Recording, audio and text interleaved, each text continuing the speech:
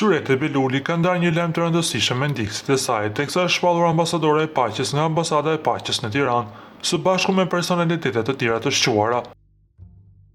Artistja e njohur u shpreh me mirënjohje të thellë për këtë vlerësim, duke theksuar se ky nder merr një domethënie të veçantë pasi ceremonia u mbajt në ditën e 18 vjetorit të pavarësisë së Kosovës. Ky moment merr një domethënie edhe më të veçantë pasi u mbajt në ditën e 18 vjetorit të pavarësisë, një datë që përfaqëson sakrificë, krenari dhe vizion për të ardhmen. Të përfaqësosh paqen në një ditë kaq simbolike është përgjegjësi dhe privilegj i jashtëzakonshëm. Uroj që fryma e paqes, bashkëpunimit dhe unitetit të na udhëheqë gjithmonë. Gëzuar 18 vjetorin, shkroi Shurete në profilin e saj në Instagram, duke uruar kështu të gjithë qytetarët për 18 vjetorin e pavarësisë së Kosovës.